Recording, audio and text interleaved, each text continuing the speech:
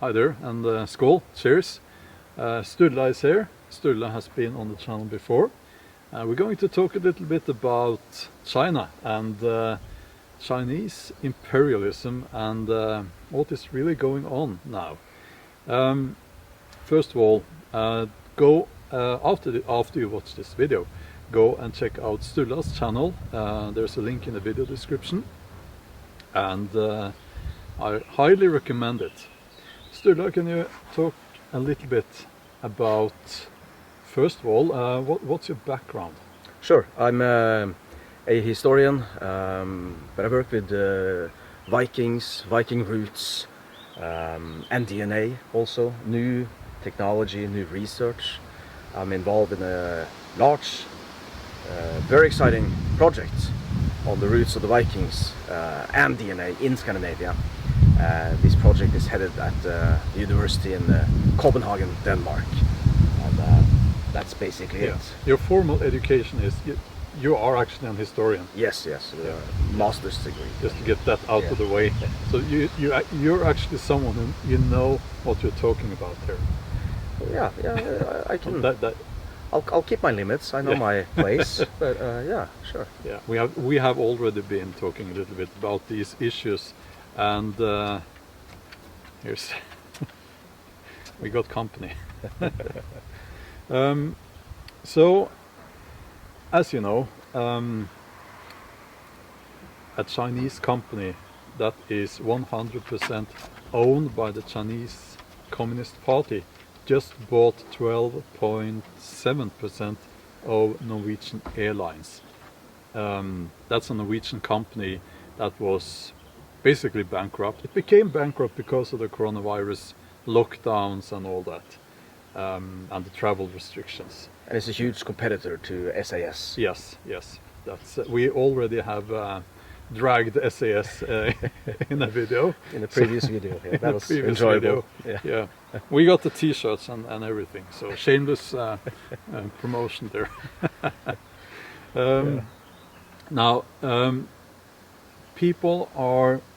I'm not the only one who is thinking that now. First, we have a virus coming from China. Then the world economy is plummeting. Everything becomes very cheap, and China buys everything. So it's almost like if you're going to be a little bit what's the word? Conspiracy theories and all that. It's almost like you kind of. I kind of think that, I don't think that they planned this, but it's almost taken right out of a James Bond movie, or a textbook maybe, because yes. A good investor always is able to buy when markets are low, and for some reason it's the same investor that. But I'm interested in knowing, has something like this happened before? Yeah.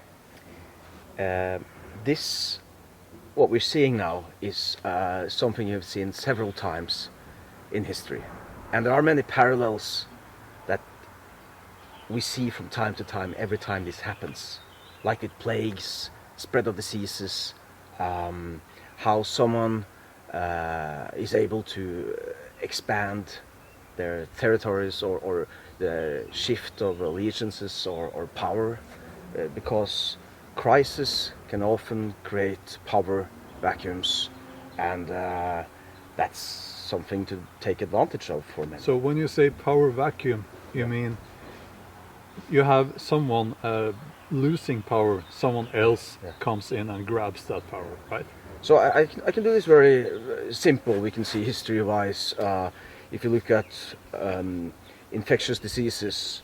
Of course, now the last time we had something like this similarly is the swine flu in 2009. The World Health Organization talked about, they estimated maybe 1 billion persons were infected. Before that it was the bird flu, and then the SARS in 2003, was it, or 2? The thing is, earlier in history, when we didn't have antibiotics, and we didn't know about medical science as we do today, this had far worse effects. And then the aftermath has been much more obvious. So we can take the plagues. The Great Plague, called the Black Death, in 1347. If you go on Wikipedia, you'll see 1347 to 1349, but that is a lie, because that plague, the bubonic plague of the Yersinia pestis, the bacteria of the Black Plague, it was recurrent. It came back every 10 years or less for many years to follow into the 1400s, several decades. And this was close to 700 years ago. But 800 years earlier, you had another plague, which was also a great plague. We call it the Justinian plague, after the Roman Emperor Justinian. Now, this plague also had the same effects. It caused almost close to 50% of the population died from it. So was there a power vacuum? Was there a plummeting world economy and that's someone else coming in and grabbing power? That's just the thing. So we can see these two parallels. If you just take these two great plagues of 541 and 1347, the 541 plague, that lasted actually with recurrence all the way up to the year 750. So that's for more than 200 years actually. And what have we got in between there? Well, we got the Arab conquest and the rise of Islam into Europe. The Arab conquest and the rise of Islam. Into Europe, especially Iberia, Spain and Portugal. But they went into France, and then the other way on the east side into, eventually they were stopped. So Europe was weakened by this plague, and the Islamic Caliphate went in and grabbed land. Yes, well, they took advantage of the situation, which is what we see is happening all the time in times of crisis. And if we know about this, we know probably also how to react, don't we? At least I don't know. It seems like we don't. Well, we should, because this is history, and we need to learn something from history in terms of preparing ourselves and all this focus on globalization and everything. Things are changing now, right? Both on the personal level and in terms of society. What kind of society do we want? And we see from these two plagues, both of them are connected with climate change. There were huge climate crises also. Climate change? Yes, preceding. Only 5 years before the first plague, we had some huge volcanoes which caused a mini ice age. At the same time, this plague, the Black Death, 2 decades before, you had also a cooling period, probably because of volcanoes. So you have some climate changes, you have the fall of trade networks, you have markets collapsing and demand disappearing, and of course the decimation of people, more than decimation, because almost half the population. So you're naturally weakened, and you see great shifts in language in the period. In language as well. Yes, in Europe. What is that a sign of? To me, I would think that's a sign of a cultural shift.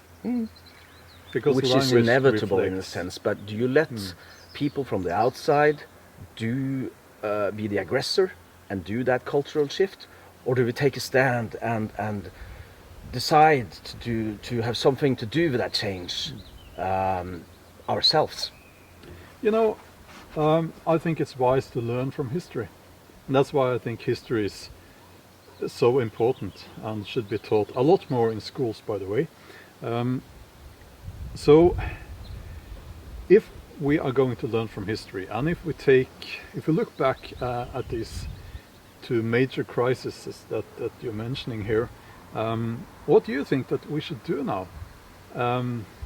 Because right now it seems like people are just in a state of panic and they don't know what to do. And not world governments, but local governments they seem to have lost power, and I know that it's this crisis that we're in now, because we are, if you ask me, seems to also have polarized people even more, which I think is not a good thing. But if we look back at history, what do you think we should do now? So, in a sense, we're a lot better prepared now for these kind of crises than the earlier ones. Mostly because we have better technology, science, medical sciences are better, and as in Western societies we have a sort of sense of unity. So in those senses we could be better prepared. But at the same time, in crisis, we see people reacting, like you say, with despair, paranoia, and hysteria, and especially politicians, well helped by the media, are so afraid of being caught and doing anything, and they just prefer just to lock down everything, just to not be in the trouble that you see in the UK now with Boris Johnson. And actually today, out in the media, this new, probably the new Chancellor of Germany, Jens Spahn, he will probably be the one who takes over after Angela Merkel. He went out and gave support of Donald Trump's criticism of China and their hand in the early stages, or lack of hands, of this crisis that we're in now. So we see people dragging in all different kinds of direction, and this confusion is not good at all, of course. And we live, as you say, in a world of great polarization at the moment. So even though we're better prepared, there are some major challenges. I'm thinking it's definitely not easy to see now what's coming out of this. Definitely, we're already seeing people and companies and even countries are taking advantage on this power vacuum, in a sense. And we see some great organizations like the World Health Organization are well-deservingly getting a beating, which... But you say great, yeah, great organization. A large organization. Large, yes. I get good, it. Good emphasizing there, yes. And what I think is one trend that will be hugely interesting to follow now is this stop in the rising globalization that people have been, especially some politicians, have been so in favor of embracing. I think this will stop, and people will think more about not being too dependent on China, for example. This loss or changes of trade networks. This is probably something that we're going to see because we've seen that earlier. This Scottish historian, Neil Ferguson, has very well pointed out the parallels between now, or this was in 2008 in his great documentary series, Chimerica, on the dependency between China and the USA in terms of who's producing and who's producing the market and who's producing the goods. And when these trade networks are threatened, you risk having a war. And the parallel there is 100 years earlier, before the World War I, when Germany had all the manufacturing and Great Britain had the logistics and the great network of bringing the goods from Germany out. And when this was threatened, war was one of the great effects of that. And China, they have a huge amount of dollar bills, basically, and they can affect the currency market. And if you remember, a few years ago, so many countries like Brazil and India talked about this, their worries for the currency war that was going on, and it's still going on. So there are a lot of things that can happen here now, and I think a lot of countries will start to see we need to be more independent. I think communities will feel that also, and I think individually we will feel need to that also, and that's where we are, because we've been saying this for a while. Yes, we have. We have. Yeah. Um, If I can say something, I mean, when I grew up, we knew always where the bomb shelters were. I mean, I still know. I still know where they are. And now people say bomb shelters. What is that? Oh, they call them something else, something much lighter, right? So they don't want to offend people. And Really? but people don't What know are what they called now? refuge or safety zones. It's difficult to translate, but it's not bomb shelter. And bomb shelters used to have all different kinds of food and medical supplies, masks, everything. Yeah, They don't have anymore.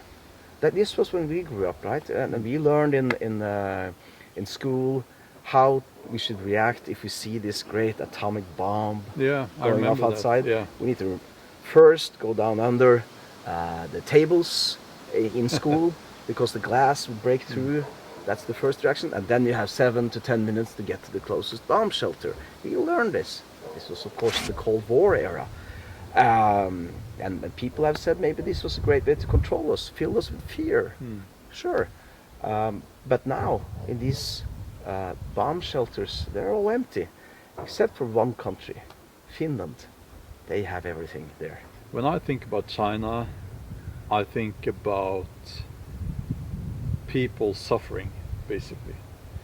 I think about people having no freedom of speech, and people who live under this oppression, a one-party state, no freedom of speech, no respect for individual freedom.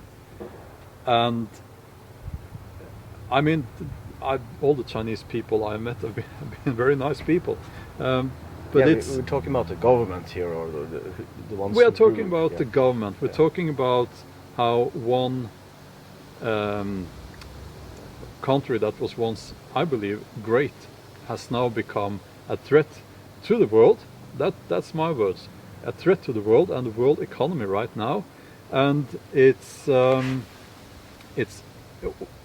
basically what I want to know is how we've seen before how one very totalitarian state have been taking advantage of a situation like the one we are in now, and have started to swallow other cultures and other smaller economies.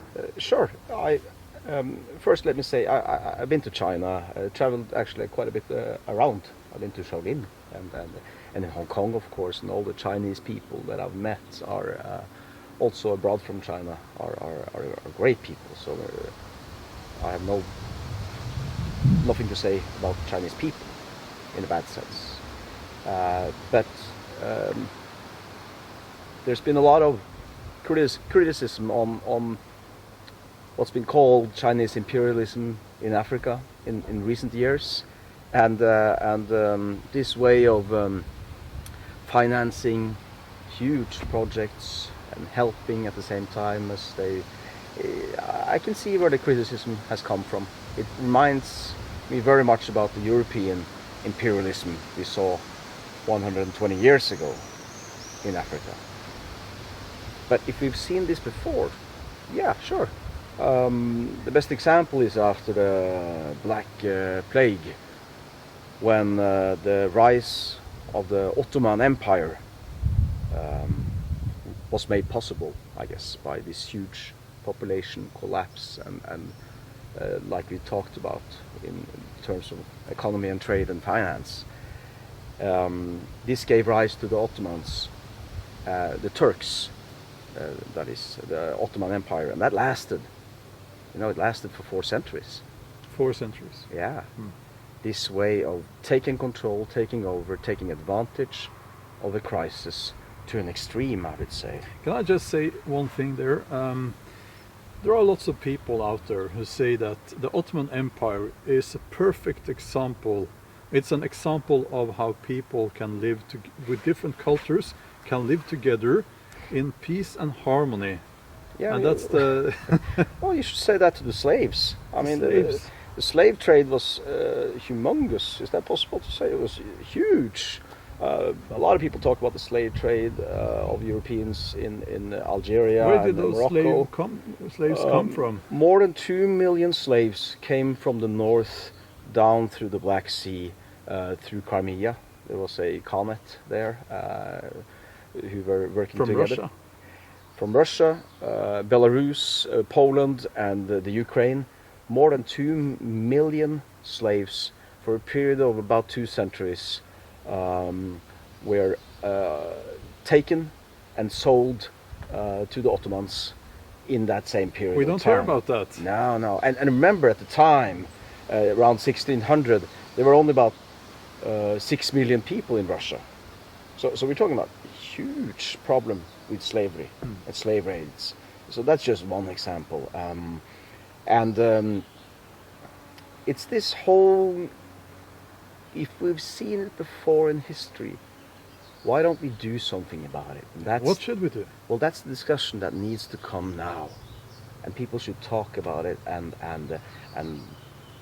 what we should do? Well, we should first of all be more self-sufficient. That's, I guess, evident, isn't it? Well, I think it's always good to be self-sufficient. Yes. No matter it what, is. it can't. It doesn't harm. Well, I mean, all the masks now that are coming on planes into Europe from China, following the trail of this flu, they're following the virus. You know, it's made in the same place almost. You know, it's really weird. It's strange times, definitely, and it's affecting so universally. So many people simultaneously. That's something new. And the trauma that will come from it, the confusion that we're in now, in a sense, it's up for grabs. And then the question, our cultures are up. yes. So there's been a culture war also. People have been talking about, especially in Europe, since 2005 until now. And especially with the refugee crisis, it's been very tense. And what comes now? It's certainly someone is at this moment taking advantage of that and making plans. Definitely, most definitely, because that's what we've seen before. So what can we do? Talk to you guys about it, and we can talk together. We should address this. I think we all understand that we need to be more self-sufficient, and we need to go back to our core values, our core, our European core values, if I can say that. Yeah. Because they have made Europe great, and that same kind of culture was exported to North America. I know it's a bit politically incorrect to say that, but it is also true.